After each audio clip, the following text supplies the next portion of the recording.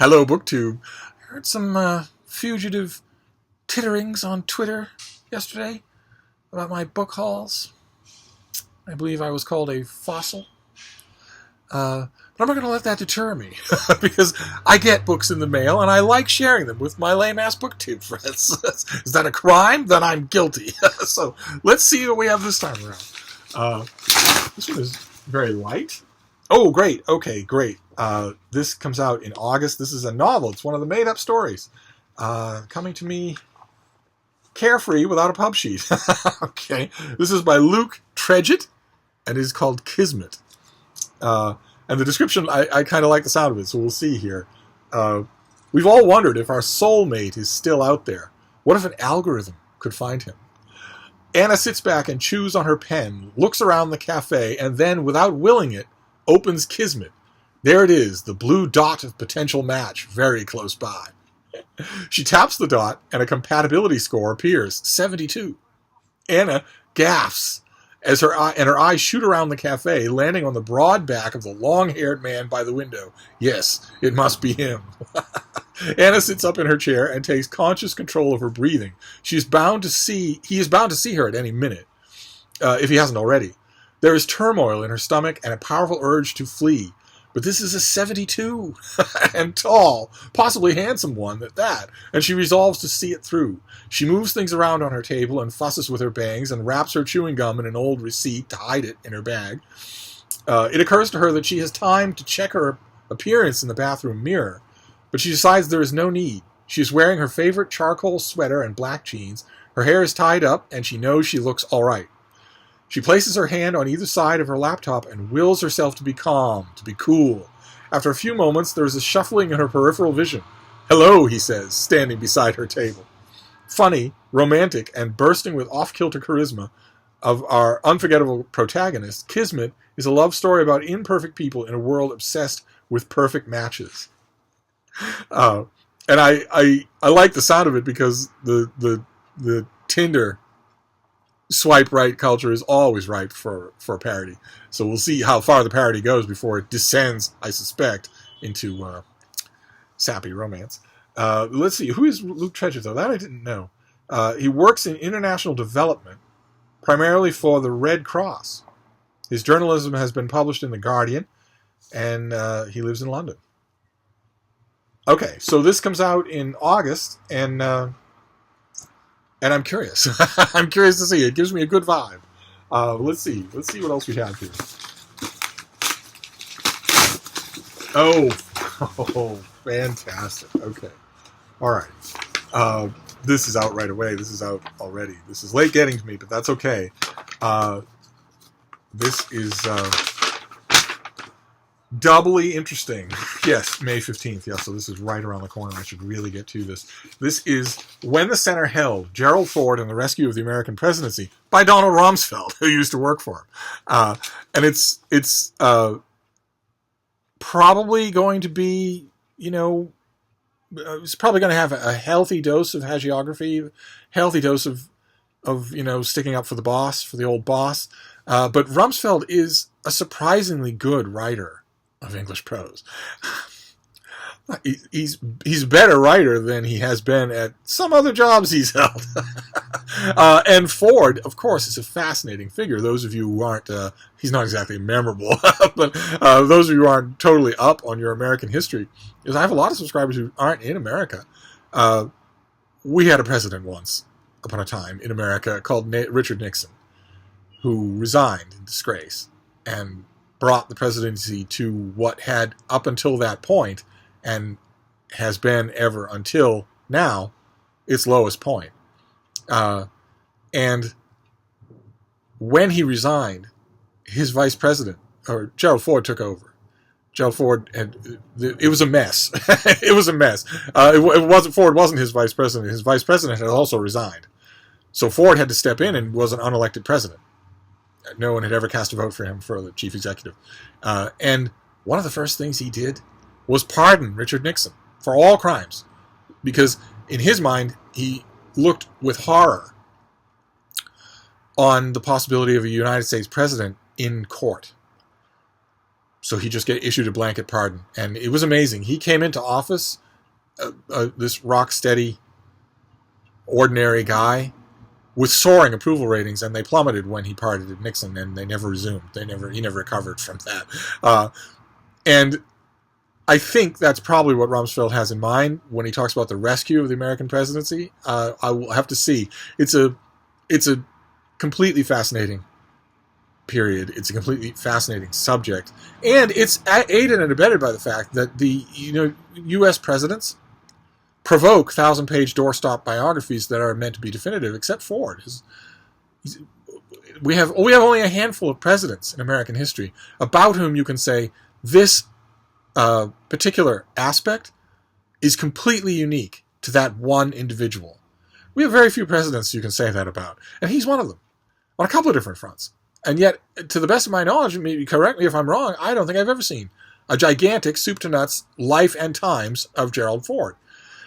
So this, I get whatever I can, and this will fill a gap. I don't know.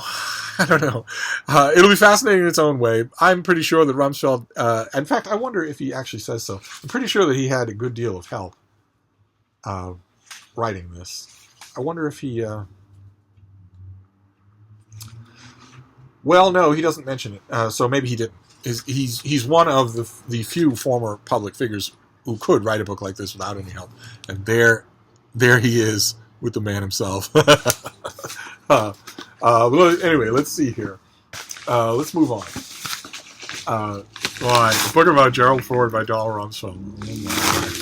Oh my. I couldn't say enough bad things about Donald Rumsfeld 20 years ago. Let's see. Oh, great. Okay, fantastic. This is a BookTube favorite author here. I like him too. I don't like him anywhere near as much as the rest of you do. But this is right up my alley. This is not. This is Philip Pullman. Only it's not a novel. It's about stories and storytelling. Demon Voices is the name of it. It's about the art and craft of writing, which is, for me, that's more up my alley than his novels tend to be. I know that's heresy. That's heresy to say on BookTube. But let me see here. Let me see. This is another one with no pub sheet. I'm flying blind here. Philip Pullman is one of the world's great storytellers, and in this collection of more than 30 essays written over 20 years, he meditates on that art. Warm, funny, generous, entertaining, and above all, deeply considered, these essays offer thoughts on a wide variety of topics, including the origin and composition of Pullman's own stories, the craft of writing, and the storytellers who have meant the most to him. The art of storytelling is everywhere present in the essays themselves, in the instantly engaging tone, the vivid imagery, and the striking phrases, the resonant anecdotes, and the humor and learnedness.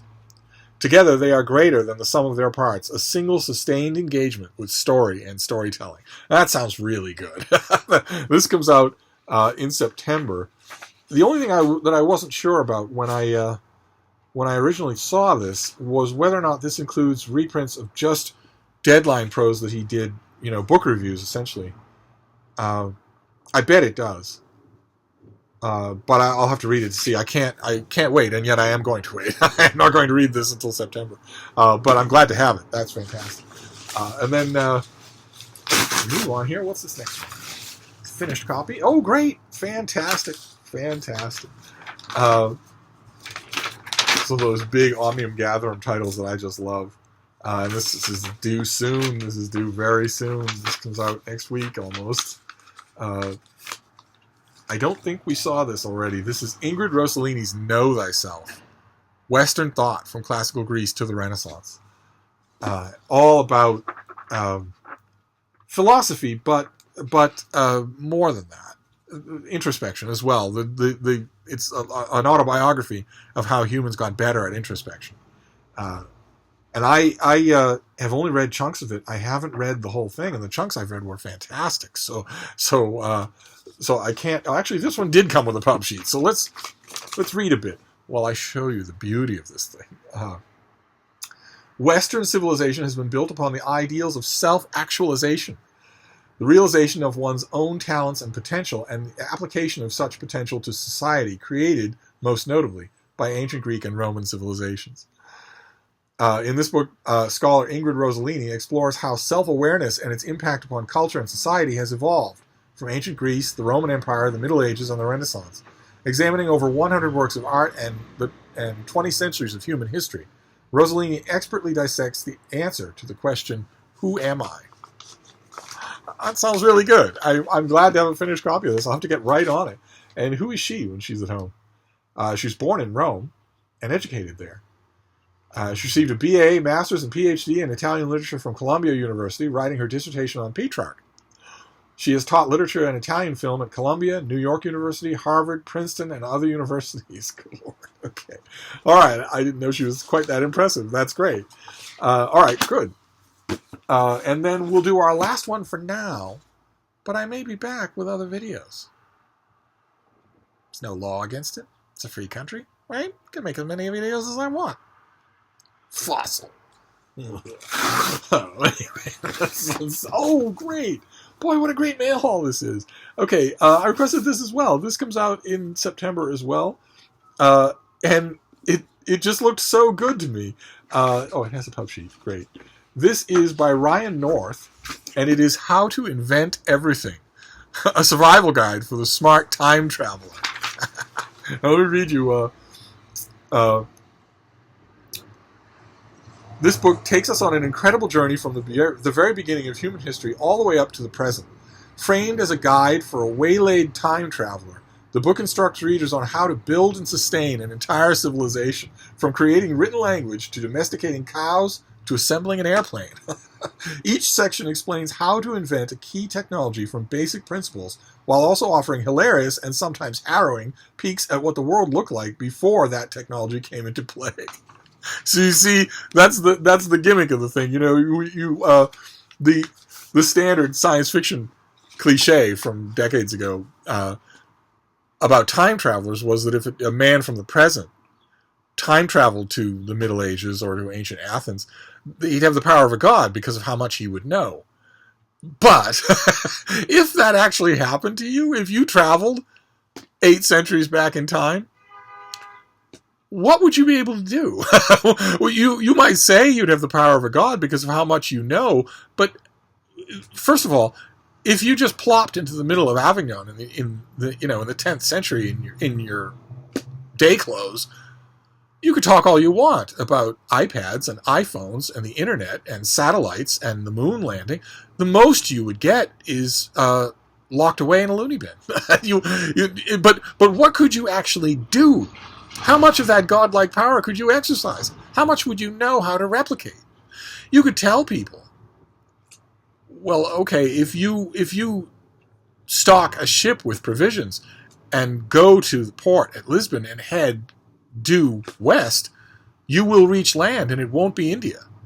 It will be there's a gigantic continent in between you and India. And I know this because I'm from the future. If you could get someone to do that, and if you could wait around a year or two for them to get back, if they get back, well, okay, great. But what about standing there in the square? What of the vast technological inheritance all around you right now could you recreate? If you're the only one in the world who had the knowledge that it was even possible.